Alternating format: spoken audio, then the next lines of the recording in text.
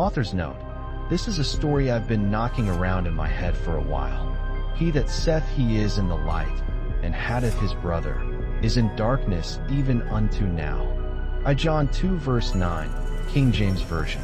As part of my research for my comic books, I regularly visit a website dedicated to chronicling various superpowers.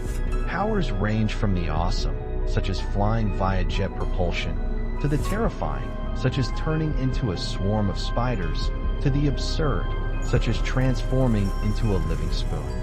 The numerous powers are sorted into a number of categories, as healing powers, combat powers, and elemental manipulation. There's even a category called real powers, which has powers and abilities that are more likely to appear in real life, or are very close to abilities existing in nature.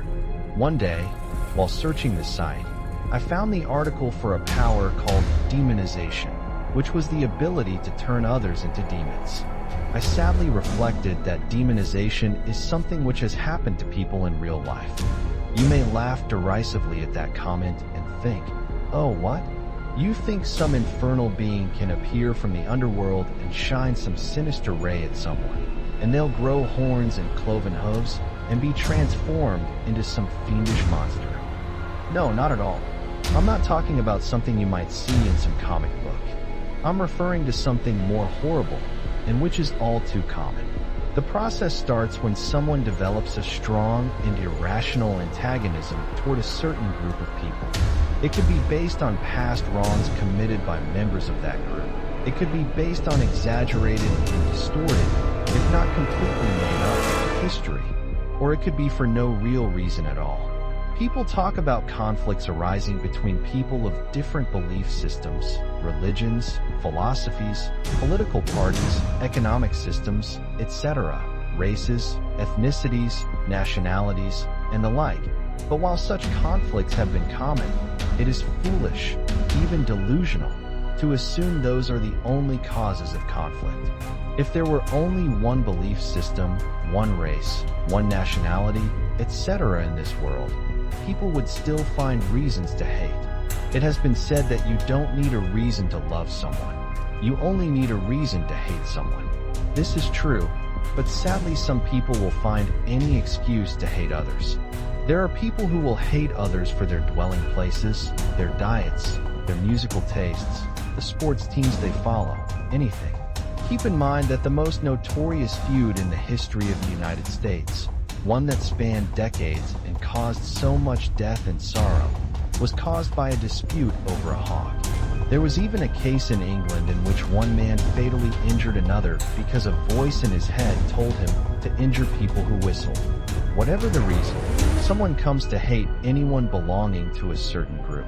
They start off making derogatory comments, and then, as their hatred festers, they begin thinking and even vocalizing vicious and destructive comments. Things would be better off if they weren't around. They always ruin everything. The world would be a better place if someone got rid of them. If they allow their hatred to grow and fester, their thinking gradually becomes more warped and vile. They become delusional and begin promoting any lie that advocates their viewpoint, no matter how false or cruel. It gets to the point that they fail to see members of that group as human. Not only can they not show any warmth or decency to them, but they take delight in their suffering. Hearing news about members of that group suffering, whether it's a family losing their house in a disaster or someone getting brutally attacked or murdered, elicits amusement and a self-righteous declaration of they got what they deserved, or that'll show them, rather than the human sympathy such tragedies should elicit. Eventually they decide such passive antagonism isn't enough, and they feel justified in committing cruel acts against the targets of their hatred. Threats and calls to eliminate members of that group escalate into violence. Beatings, killings, the burning down of occupied houses, torture, dismemberment, rape, depravity. Nothing is considered off limits since they no longer see their targets as human. No target is too young or too weak for them to commit atrocities against. These fiends, which were once human, now have the hearts of demons and think only to dehumanize, to kill, and to destroy.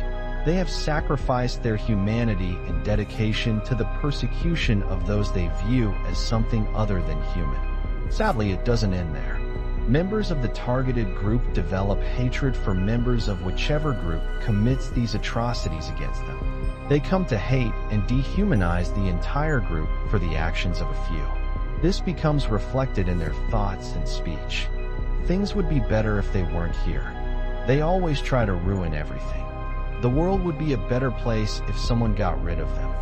Filled with rage against their oppressors, and feeling more and more that any action is justified against them, they too develop the hearts of demons, losing their humanity in the face of those who view them as something less than human. Those who have become demons thus turn others into demons as well. The good news is that this process can be stopped by consciously choosing to retain one's humanity and to see the humanness of others. It can even be reversed by turning from the trodden path of hatred and making a conscious effort to rediscover one's humanity while rejecting delusions and recognizing the humanity of others. One must always choose to retain and recognize humanity. Doing otherwise results only in the condemnation and destruction of oneself. For demonic stories, foot Agent Shadow Wolf. Creepy bedtime story Becoming a Demon. Narration by Trash Rat alias Trashbin Rat. Becoming a Demon by Raydra. Creepypasta. 2. Becoming a Demon. 2 short stories about demons. 2. Written by Raydra. Content is available under CC by SA.